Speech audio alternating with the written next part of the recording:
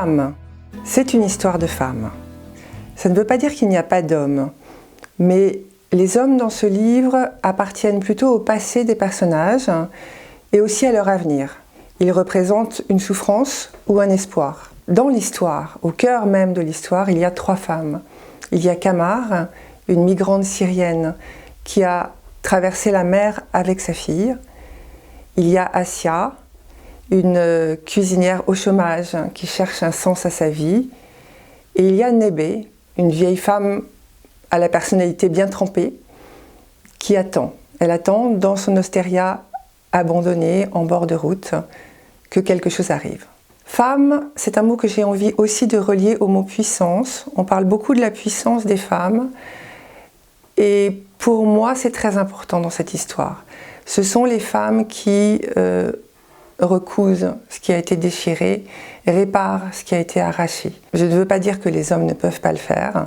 Simplement, dans cette histoire, ce sont les femmes qui se chargent de cette tâche. Donc, une histoire de femmes. Deuil. Le deuil, c'est le point de départ de mon livre. Chacun de mes personnages vit son propre deuil. Kamar vit le deuil de son mari, qui a été tué à quelques centaines de mètres de leur maison par un sniper isolé et dont on n'a jamais retrouvé le corps. Elle vit aussi le deuil de son pays, la Syrie. On peut être en deuil d'un pays comme on est en deuil d'un être aimé. Assia vit le deuil de ses rêves, elle qui a l'impression d'avoir raté sa vie. Et Nébé vit le deuil de son espoir, l'espoir de voir revenir sa fille, disparue des années auparavant et qui n'a jamais donné de nouvelles. C'est ce qui va les rassembler au début de l'histoire, ces 3 femmes, c'est leur deuil, ces deuils qu'elles vont partager, ces secrets qui vont se dévoiler peu à peu, ces confidences qui vont se faire.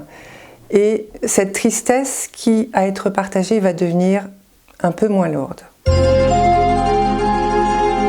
Maternité, c'est un mot qui pour moi est très important, parce que c'est un mot qui m'a aidée à écrire ce roman. Sans ce mot, sans cette maternité, je ne me serais jamais sentie légitime pour prendre la parole à la place de Kamar, à la place d'une Syrienne qui a vécu des choses que je ne peux même pas imaginer. Je ne me serais pas autorisée, en fait, à prendre cette parole, à endosser cette voix. Mais la maternité était finalement la seule chose qui nous rassemblait, elle et moi. Et à travers de ce sentiment, j'ai pu peut-être l'habiter un peu. Qu'est-ce que nous sommes prêts et prêtes à faire pour nos enfants? Qu'est-ce que nous sommes prêtes à faire pour les sauver, pour les abriter, pour qu'il n'aient plus jamais faim, plus jamais froid, plus jamais peur? À un moment du livre, Kamar dit que finalement mourir serait trop facile pour une mère. Cette maternité douloureuse, on la retrouve dans les autres personnages. On la retrouve bien sûr chez Nébé, qui attend depuis des années sa fille disparue. Et on la retrouve chez Assia, qui a ce deuil d'un enfant mort pendant sa grossesse en elle, quelque chose qu'elle n'a jamais vraiment pu exprimer et qu'elle n'a jamais pu clore en elle-même. Cette maternité constitue un lien vraiment très puissant entre ces 3 femmes et qui se renforce en fait du partage qu'elles en font et de ce qu'elles tissent entre elles aussi. Cuisine. À un moment du livre, Kamar dit que si guerre est une arche d'acier, cuisine ressemble à un oiseau posé sur une branche, que c'est un mot rouge, rond et chaud, et qu'on peut s'y lever en laissant la tempête se déchaîner au dehors. Pour moi, cuisine, c'est ça, c'est le lieu de la joie et c'est le lieu de la sécurité. Et c'est aussi le lieu du partage. C'est ce qui va rassembler très puissamment ces 3 femmes.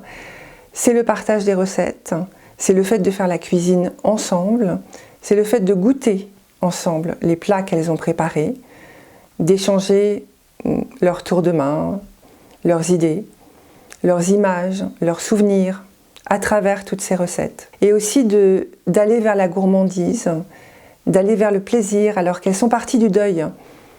Et là, elles ont un chemin qui les mène vers une sorte de sensualité retrouvée à travers la cuisine, à travers les plats qu'elles préparent et qu'elles offrent aussi.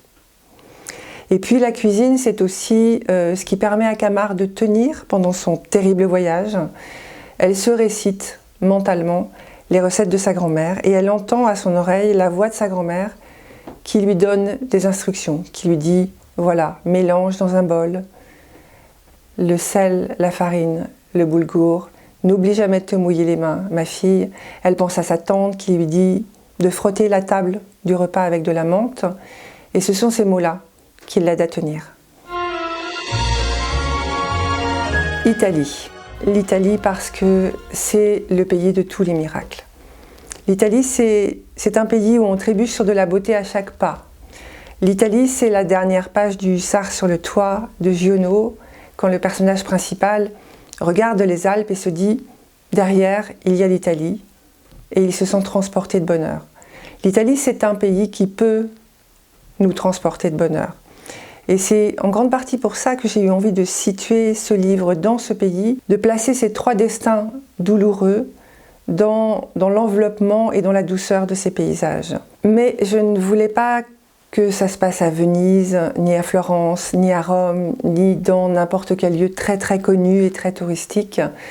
J'ai un peu sillonné la Toscane en cherchant l'endroit du roman et j'ai trouvé un simple village de bord de route, pas très intéressant, pas très joli, mais c'était l'Italie. Et au loin, il y avait la forteresse d'Assise à l'horizon. Donc la beauté était là, parce qu'il y a de la beauté absolument partout en Italie.